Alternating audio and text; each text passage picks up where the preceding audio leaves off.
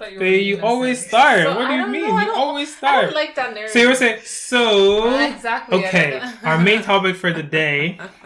So our main topic for today is really just the intersection between religion and modern society, really.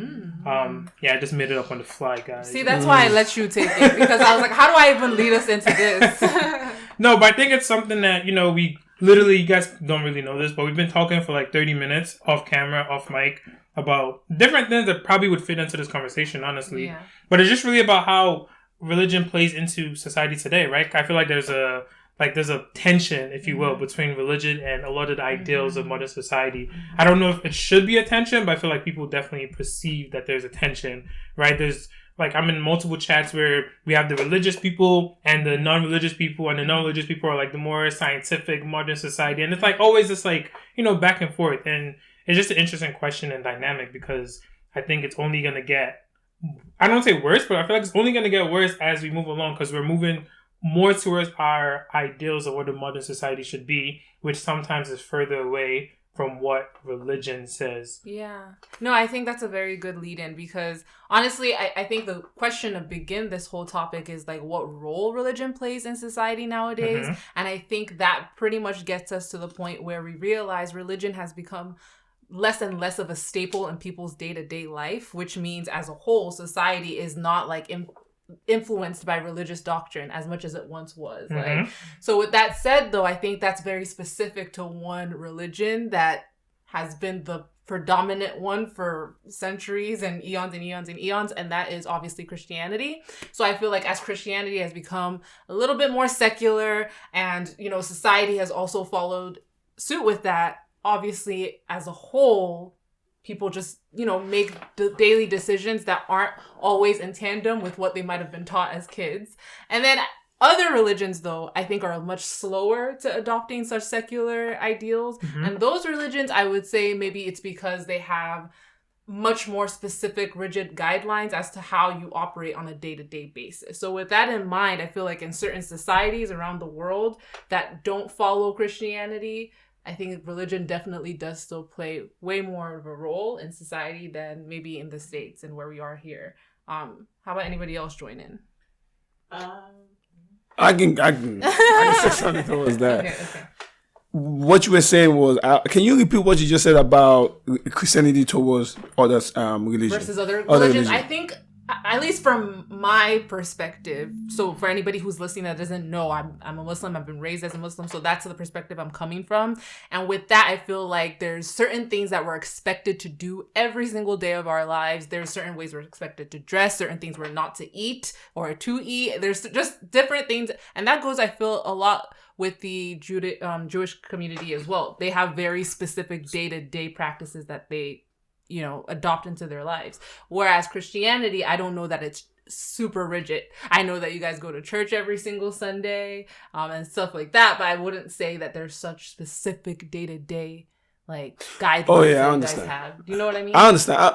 There's the reason why I wanted you to repeat that question was what I noticed when I was in Nigeria back then was me coming from a Christian home, right?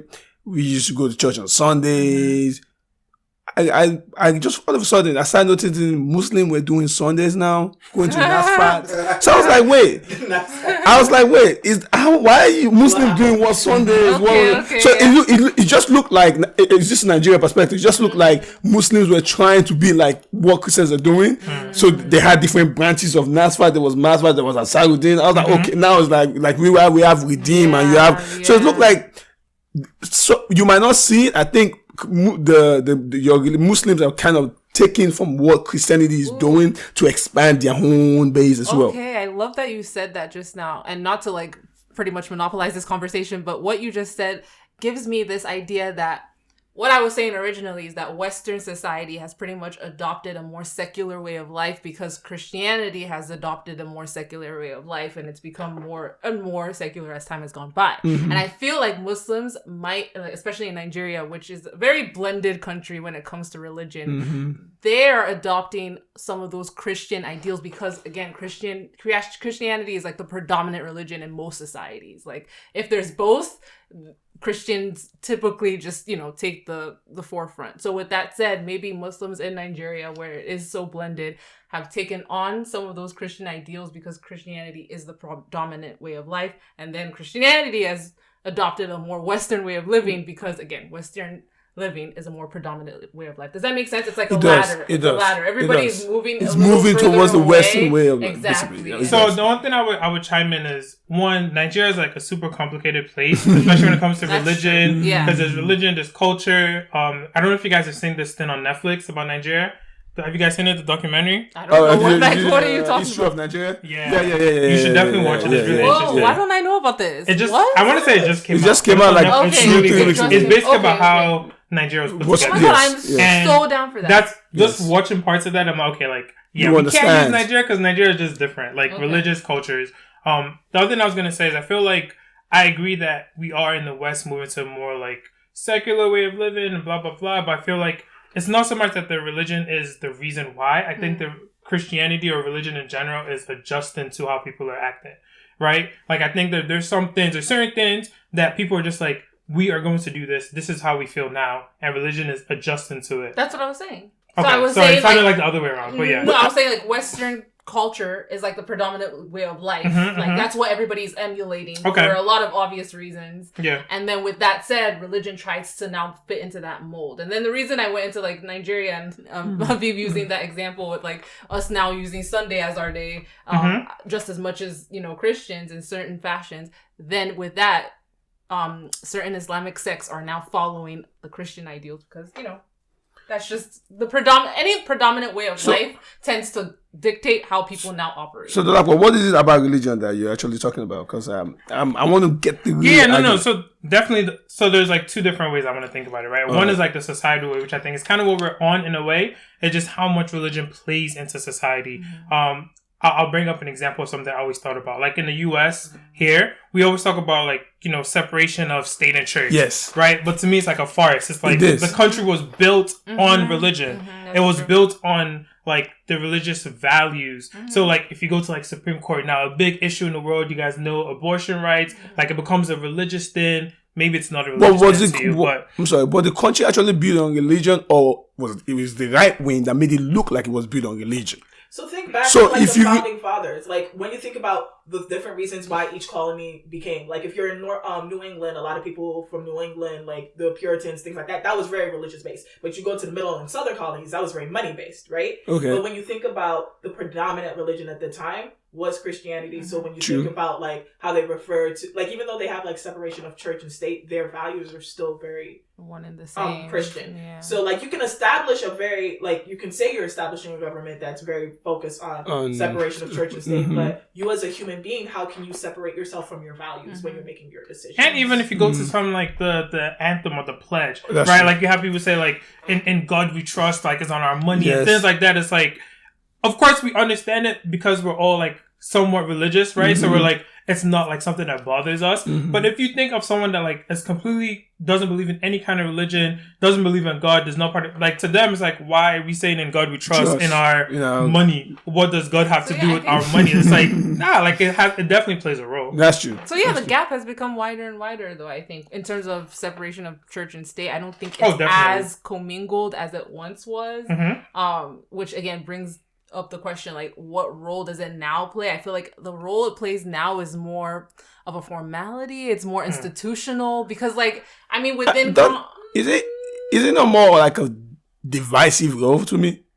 I kind of see what you're saying because you were touching on the right wing, and the reason the right wing is called the conservative party is because that they have conservative ideals that are tied back to like a lineage of just following certain like expectations based on the founding fathers, like you said. So like, the conservative party is considered to be the more religious party because they're following doctrines and from the Bible text that was established eons ago, and those were a lot more religious than they are now. Mariam, you want to say something? Yeah. Go ahead. I was...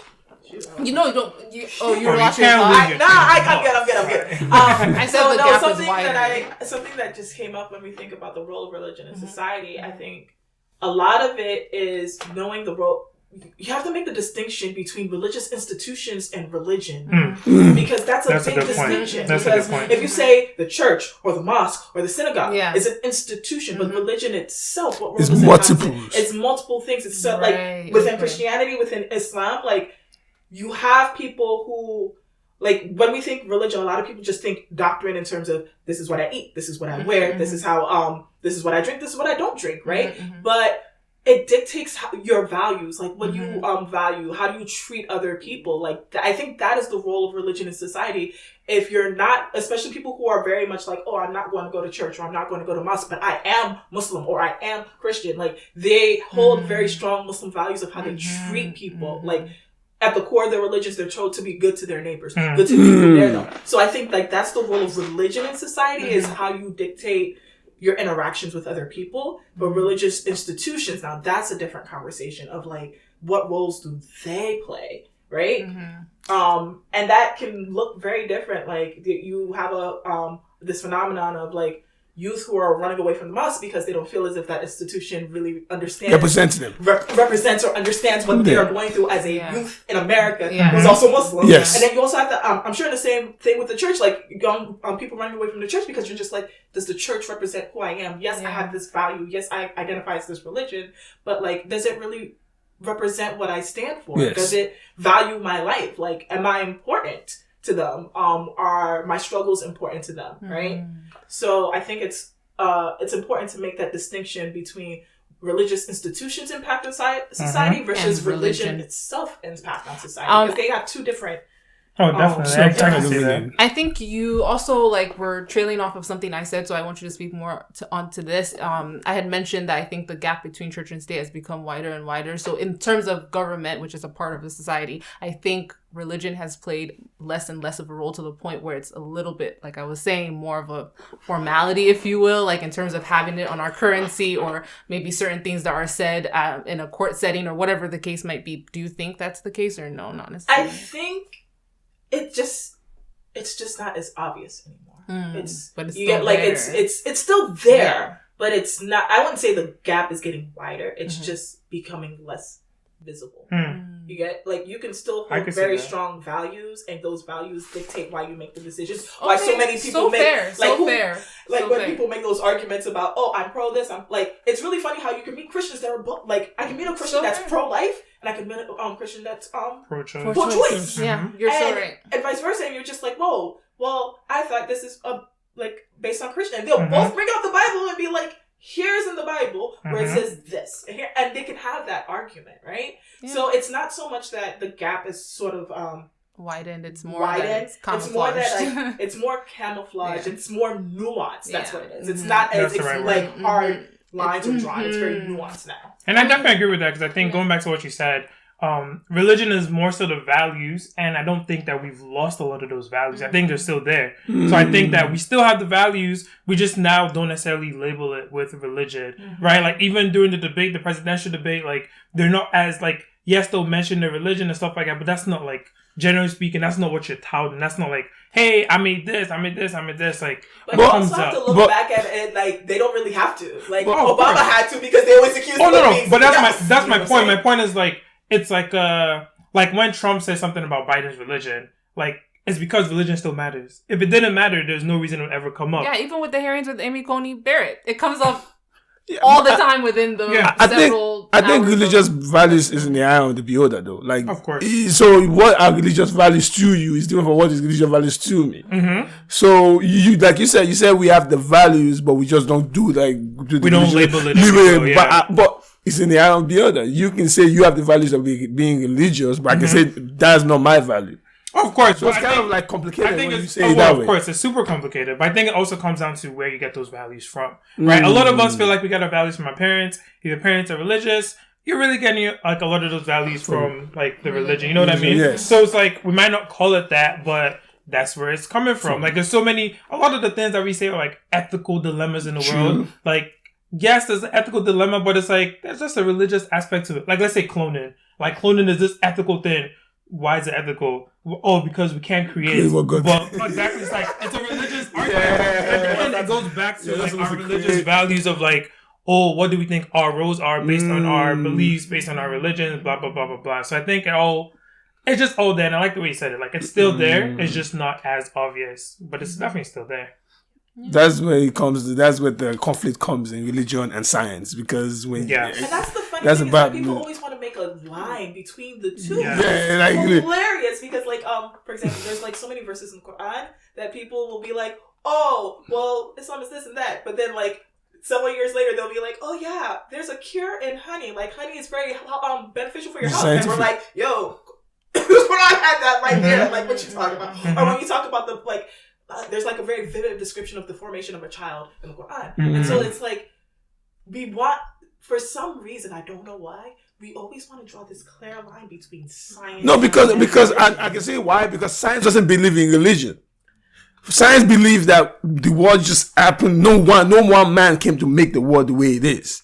It's not God. There's no gods. It was Big Bang that just happened and we just formed something. I think that makes sense. That's why. To me, that's why there's always going to be a conflict. I always look at it as religion is religion. Science is here to discover whatever is already like created. Exactly. Like there's like things that you can find. There's clues, and so we should go find it. But I do think that your point is a good point of people see science as not believing in religion. So then you become defensive of like, oh, like if you don't believe in us, we don't want to believe in you either. And it's like, well, we're actually not opposites to your point. Like we're not opposites I think at all. for the past few minutes now, we've basically been taking like a macro look at this, and I definitely agree with you guys. I've come to agree with you guys in the sense that religion definitely plays a role in society. Now, what that role has like changed and presented itself in different ways over time, but it's still there. It still like very much guides a lot of the decisions that are made on a day to day. Now, let's go on a micro level. Like for anybody that is a practicing religious person right now. How has that manifested in your day-to-day life? So I like to avoid practicing religious person because it has a certain stigma. Yeah, which is unfair. Such a huge stigma to it. Like, oh, a lot of people like will see you and be like, oh, you're religious, and I'm just like, you don't know my internal struggles. You don't know what conversations I have with God on the daily. Like, excuse you, right? But I try to stay away from that. But on like a personal level, it looks different for everybody. Like for me,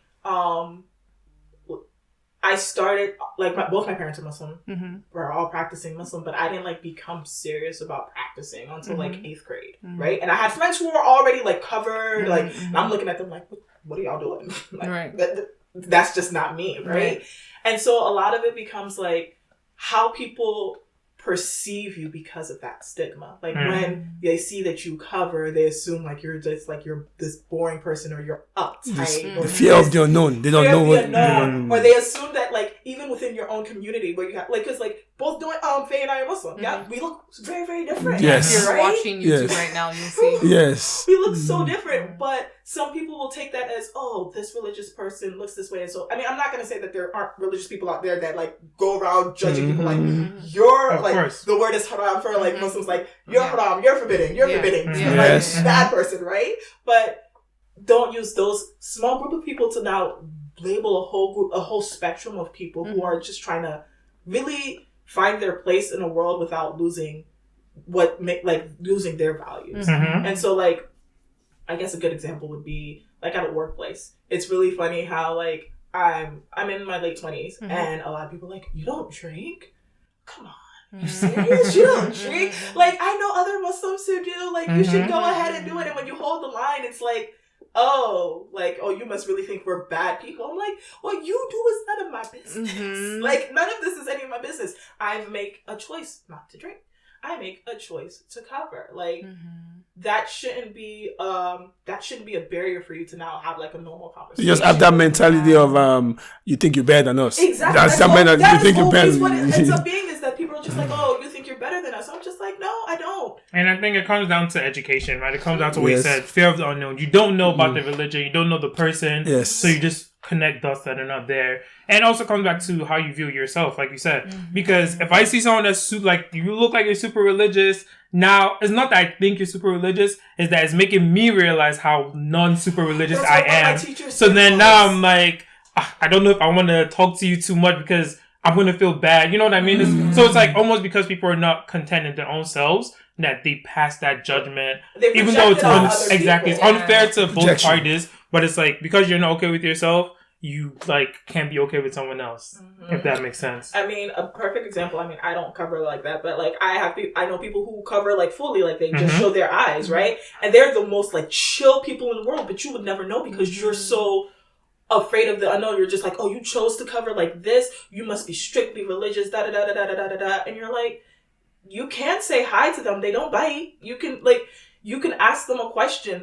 It's better to ask them than to sit there and just stare or just assume about them. And so I think something that you're really touching on here is that people don't realize how personal religious decisions are. Like, it's an individual decision that has nothing and has no bearing to do with you or anybody else. So rather than projecting what you think they're thinking about you, just realize that the choices they're making are about themselves, and their choices have nothing to do with you. So you don't need to now be projecting based upon what you're assuming is going on in their brain, their mental. Just think about yourself for a minute. Like, whenever you're making certain religious decisions, whether it's like, I'm super into practicing my religion or not, you're not now thinking about, hey, I wonder how, person B is thinking about my decisions for myself. I mean, but that's where the crisis comes in. It's like, you end up yes, you want to make that decision for yourself, but in the back of your brain, you're also thinking about, how are people now going to see me when I do this, right? Yeah, that's what I want to ask you, actually. Is how is it being a Muslim, not just being a Muslim, right, but like we said, practicing, or like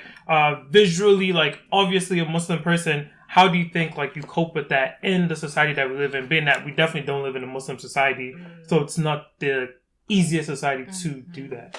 I think a lot of it comes from like me just being trying my best to be like overly myself like a lot, so that you feel as if I'm approachable. Because a lot of times, like, I mean, I can be really, really quiet, believe it or not, but people are less likely to want to approach you or ask questions if they like feel put off, like, oh, this person's quiet, this is like this, that, and third. So you almost have to like fight against the stigma actively. You overcompensate for the fact that people are will feel some type of way or think some type of way. I think honestly, just being very clear about like your boundaries, and I think I've had to do that at work. I mean, I work at a private Muslim school now, so it's a different environment. But like for the past 6.5 years, I've worked in a completely like secular environment in terms of working in charter schools and public schools, and like explaining to even students, because when I taught in Tulsa, none of my students were Muslim. It was when I came to DC that I finally taught like my first 2 or 3 Muslim kids in the classroom, and they're like, oh, there's a Muslim, she looks like me. Like, there's representation, right? But like having to explain your choices in a way where like, this is just something that I believe, right? And saying it not in a way to say that, oh, what you believe is wrong, this is what I have chosen to practice. Oh, I can't see your hair, Miss Tanya. Because I choose, like, these are the people who can see my hair. Like, and it's so much better to have that conversation and being open to that conversation, and it makes it easier. Even in workplaces, like, I found people to be a little bit more accommodating. Like, when we have, let's say, holiday parties and things like that, and like when drinking's involved, like I myself try to avoid going to bars or things like that. And so whenever there's happy hour, they're just like, oh, she's not gonna go. And then I had one coworker just like, why don't we just pick a place that she can actually come with us to? And I'm like, see, that is I'm not the person that's going to initiate that, because I'm just like, I'm the exception to this rule. Like, you guys do what you want to do. But to have other people be like, oh, okay, like, I recognize and I respect the choices that you have made. But you also have it, like, it's so different for each person. And I think something that I brought up is that identity crisis of, that a lot of, and I think any person who's raised in a religious household is facing, of this duality that they live in, right? Where I know that this is my personality, but this is what society is like. And there's parts of my personality that doesn't match. Like, it's not cool to be like this. And that's what you see a lot of like youth going through. It's not cool to not go hang out at the club. Like, what are we doing if we're not in the club? Right? Or it's not cool to, I don't know what they're doing now, but like, there's a lot of different whatever the youth out here is doing now. Like, it's such a big, like, I see that in kids who have transitioned from public school into private Muslim school, where they're just like, I know what public school life is like. Like, it feels like it combats with the values that I've established. And I feel as if like Habib could speak more. Yeah, that's what I was actually going to ask you. As you know, because we all have this perspective, especially because we're all here saying we're Muslims, right? We always think, oh, our religion is so hard, and we're in this country and this and that. But I feel like it's not equal, but definitely the same factor plays into other religions, right?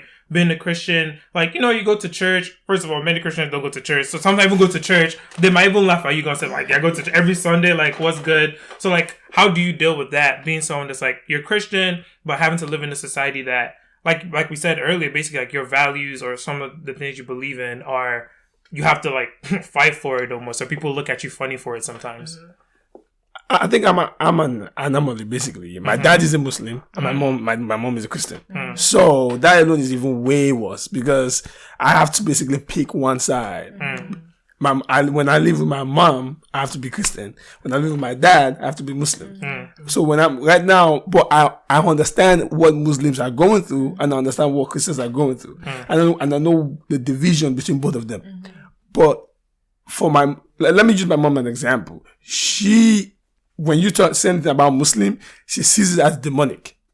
So you look at that kind of person you're dealing with. When you tell her that, oh, no, this is not how the Islam works. Actually, she views it like, nah. Like it's like because of like the way it's been presented to her. So imagine a kid growing up with that kind of a lady that sees that way. Me taking a side and saying, even try to support Islam and say, oh no, Islam is this way. She would get mad thinking, you want to be like your father now. You want to be Muslim. So exactly so you can understand that my own perspective of being I used to say I'm half and half. I'm half Muslim and half Christian. But right now, I'm a Christian though, but what made me like kind of step away from Christianity a little bit was COVID. Like, I viewed the way the preachers preached about COVID, and I was like, at some point, you have to know science from miracle. To start basing COVID based on miracle. And when it started affecting their bottom line, they start realizing that, okay, we have to create something that's going to keep making people come to church and avoid staying away from church. So they start saying, it's the work of the devil to make people stay away from church. It was 5G. They start creating conspiracies just to make people come to church. Yeah. So at that point, they cared more about the profit they were making from church than the people actually coming from church. Another thing that just made me really upset, my church didn't do this. Imagine when you pay offering every single time. When during COVID, people lost their job. As a church is supposed to be like a help, exactly, welfare institution. So when people lost their job, what should you do? I don't say give them $100,000. No, provide something for them. Help them. Say, we see your pain, but we can give you $100, and just this is how much offering charge. We can give you something. Try to act like you care. You're not a taker. You are supposed to give, and that made me. Like, I was like, nah. And finally was how Saudi Arabia treated COVID. And this is a fanatic Muslim country. They treated COVID better than the way, they treated COVID better than the way America, that is so scientists and everything, treated COVID. And this is Saudi Arabia. They basically cut down the amount of people that came for Hajj. They created space. Everyone had masks. You would think that the one that we will say no, forget it. You know how Hajj is important. You have to do Hajj to go to this thing. It's one of the five pillars. Yeah. You have to do it. They literally curtail it to save people's life. In that sense, what do I have to say? It's interesting that you bring that up because like there's a whole debate about like, they're telling people not to come to Hajj, and I was just like, and so someone I was talking to was just like, it like, why are people so sad? Like, it's a safety thing. I was just like, that's the religious aspect of it. It's like they're sad. They understand why it's being done. Like that. Like if you look at the pictures, you know what Hajj looks like. Like if you ever look it up, you're just crowded. It's crowded. It looks like a little bit of ants just going around the Kaaba. The fact that you could see the floor of where the Kaaba is because they cared about safety that much. But then it also goes back to like, who's presenting your religion as what, right? Because like there's a whole hadith, like when COVID started, a lot of imams started like quoting the hadith of the Prophet, peace be upon him, which was like, if there is a plague, do not leave the town that you're in to go to another place with that plague. Sit where you are, right? And a lot of people like quoting that for people who are just like, oh, we want to go to here. We want to now sit in your house until that plague is past. Stay still. And so like a lot, like that's where what you're talking about, like, okay, what's being presented about Muslims, right? And versus what Islam actually is. And there's so many, like, it's always the loudest person that gets the most attention every time. And so you sit here like, oh, the news wants to post this, that, and the third. Muslims are bad. They believe this. They're backwards. They're X, Y, Z, Z, Y, X. You called everything under the sun. But they never take the time to actually, like, look into the different, what they have in place for it. And so that's why when we talk about, like, religious institutions or religion in general, it's like, I feel as if there's a dictation of how we live life that goes beyond just how we walk about our day to day, but like how do we care about our communities? And I'm not saying that churches don't do that, because there are churches that definitely came out and said, y'all stay home. My church did. My church is still doing it right now. Exactly. So, and a lot of I know a lot of churches got real hip and said televised. Mosque and my church definitely did that. Live stream televised. My church helped out. And like give what you can, right? Yeah. But it's like it's. I think that it's a good point, right? Like you bring up, there's religion and there's institutions, and like to Habib's point, basically the institutions sometimes we don't always feel good about. And I actually want to ask, because that's another huge thing that people that are not as religious in today's society always bring up, the fact that they can't ever support all these institutions because of their money hungry ways, and just like the people sometimes in those institutions they're people, so they're not perfect. They have major flaws. I don't know, Fey, I'm going to ask you because we haven't talked in a while, but how do you think that plays into your life as, hey, like, okay, I'm a Muslim, you believe what you believe, right? But then there's also the institution part of like, so a lot of times you don't just practice by yourself. You go practice somewhere with people. Like, how much does that affect your enthusiasm for practicing or for, believing? I guess for me, the institution, I think, plays less of a role with my spirituality than my individual connection with God. So like the institution and the camaraderie that comes with like a community, I do love. But to Habib's point, and to a large extent what you were saying, there's a lot of flaws in the institutions, because at the end of the day, it's people that do lead them. So I can't fully put all of my faith behind an institution, because I know that there are going to be things that I, like, I'm not so enthused to support that are going on within those institutions. Now, my personal relationship, that's a whole nother story. And actually, that's a conversation I wanted to have with you in particular, in the sense that, like, Simi alluded to the fact that we look very different. So I get the opportunity to pick and choose how much I present. And especially when it comes to a religion that's the minority in this country, that's like, and I guess it goes against my religious doctrine in the sense that it's a privilege that I'm taking and having that I might not deserve. You know what I mean? True. And with that said, I don't have this metaphorical armor by covering myself. So people do approach me. I don't have to, walk this line. I get to tell people after they already know me that, hey, by the way, I'm a Muslim, or I don't eat pork because of this or that. So I get this privilege that some would say I don't even deserve. And how do you walk that line? How do you navigate in this world? I mean, I do the same thing, right? I pick and choose. I think that it is definitely a privilege to sometimes not have that be the first thing that someone knows about you. I definitely get the like, oh, you don't look like a Muslim. I was like, what do Muslim men look like? I don't even know what that is. I'm like, I don't understand what you're saying. Or like, oh, I didn't know you don't act like a Muslim. Like, I don't know if that's an insult or if that's praise. Like, I don't know what you're trying to say. But no, I definitely get that. Like, people don't know what religion I am until I tell them most of the time.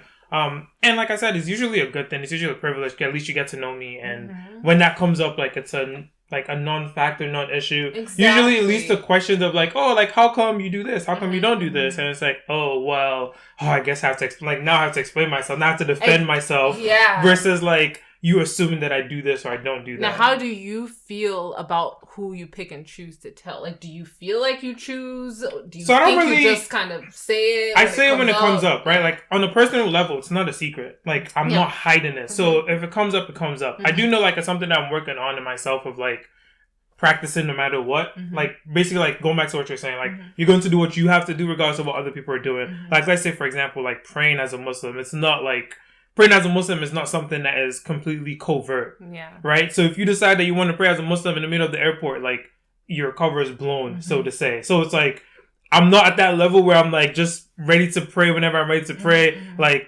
shut everything down. Like, I hope to get there one day, but I know that I'm definitely not there. As far as like work, I tell you if you get close enough to me to know, you know what I mean? Like, my previous boss knew that I was Muslim, and it was good because he would like, when it was time for Ramadan, he would be like, oh, if you want to come to work late, change your hours, like, it's fine, I understand.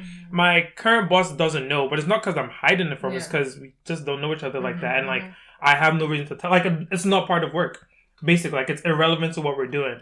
When it comes up, then I'll share it, but it's not something that like, oh yeah, by the way, we're getting to know each other, let me just let you know I'm a Muslim. It's like, oh, like, how's that going to affect the work that I'm doing? It's not. Now, I'm curious to know for everybody, like on maybe the last on this topic, I want to know maybe what role religion plays in your day-to-day life. I'm actually curious to know something about the difference. To Faye, actually, this question is for you. Okay. Like, she decides to like dress, cover up, and everything. Do you feel like? Do you feel like? Are you pressured to do it sometimes? Okay, so we're gonna forget my question right now. Not a problem. It's fine. So I don't feel a pressure, but that is because of the household and country I come from. We did speak to the fact that we're Nigerians, so the way Islam is there is much different than, I'm sure, if I was born in Pakistan or Saudi Arabia, like you mentioned. I would imagine. Yeah, very different. And then within my household too, like, you know, the woman that I grew up following doesn't cover, although I do have people in my family, like one of my closest aunts, for instance, that does. But again, I don't feel like pressure because, for instance, my mom doesn't, which is her sister, so she's not about to come to me expecting anything. And then they have, you know, the family is super blended, so nobody expects anything from anybody else. The thing about covering, I think, within my household and then maybe Nigeria at large is that it's not, I don't think, seen as super different than some of the other things that aren't necessarily followed. Like, if you go to a Nigerian wedding, there's probably going to be alcohol there, right? Or like if you just follow a Nigerian for a day, I'm sure you can pick out a few of the things they do that aren't super halal. Exactly. So with that said, nobody's, at least within my family, holding covering to a higher esteem than some of the other things. The reason why I asked you that question is because, I'm sorry, I felt like, is it? I'm saying internal pressure. Oh, so okay, the reason why I said that was because, see me, I'm just gonna take it like a boyfriend or girlfriend situation. Yeah. There are girls, right?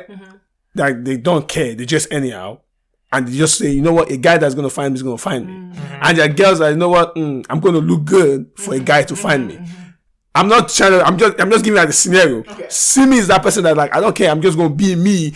Whoever wants to talk to me, want to have a relationship with me at my job, is going to just break down the barrier and come talk to me. Yeah. What I'm saying, are you doing it to see? Are you scared of the unknown that if I wear this, I won't get this small connection to people anymore because I don't want to be that girl that people are afraid to talk to.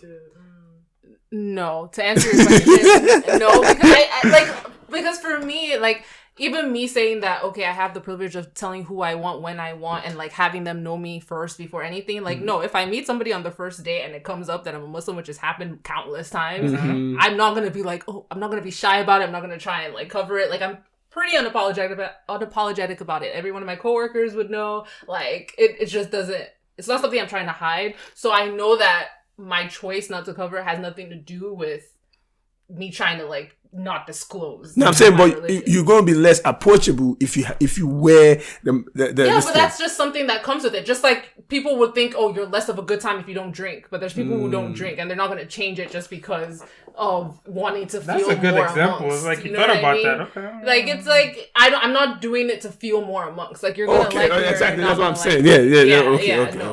Yeah.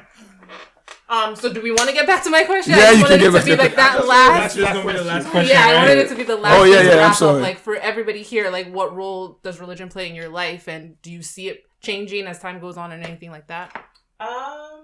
It plays a really big role in my life, but I do think it'll probably play a bigger role. I feel as if like a lot of the outward stuff, it dictates that, but like I'm working on my inside, like my spiritual soul wise, like how do I make that match, right? And make sure that I'm sound and safe there versus like just on the outside. Like it dictates how but like it's also just like being a good human being. That's what it dictates how I interact with human beings. Like if my religion tells me that I'm supposed to be good to people, then I'm going to try my best to be good to people. If it tells me check my anger, then I need to check my anger. I'm not saying that I have, like, I can.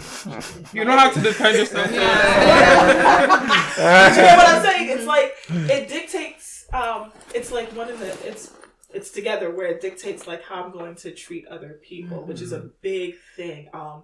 It dictates like what I eat, what I don't eat. I've gone back and forth. I mean, it's very clear that I don't eat pork, just in case anybody is trying to figure out. But like, there's Muslims who eat strictly like if you think about Jews who keep koshers, Muslims have the same thing of like keeping halal, and so. Sure, it says that too. But anyways, it's this idea of like I eat certain meat, like the meat has to be killed a certain way, or I eat a certain meat, right?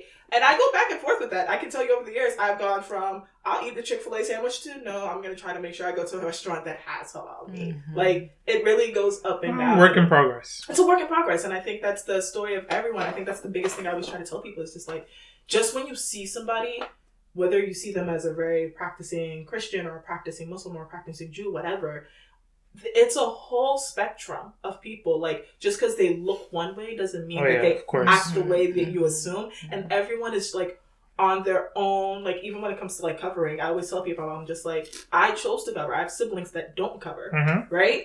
And it is a personal choice of where you are in your path in your religion. And no one should be able to dictate that, like, oh, you're this age, you're in this place, you should be at this point in your religion. Like, it's very, like Faye brought up, it's personal. It's 100% personal. Your connections between you and God, that's nobody else's business. Well said. Habib, your turn. Scientific base. I'm sorry. I'm a scientific guy. I go with science. I let religion go into my life, but to be honest, I'm more into like facts. I go with facts and let the facts lead where it takes or something. I'm not, to be honest. Fair enough. I mean, religion plays a role. It doesn't play the biggest role. It doesn't play as big a role as I would like it to in my mind.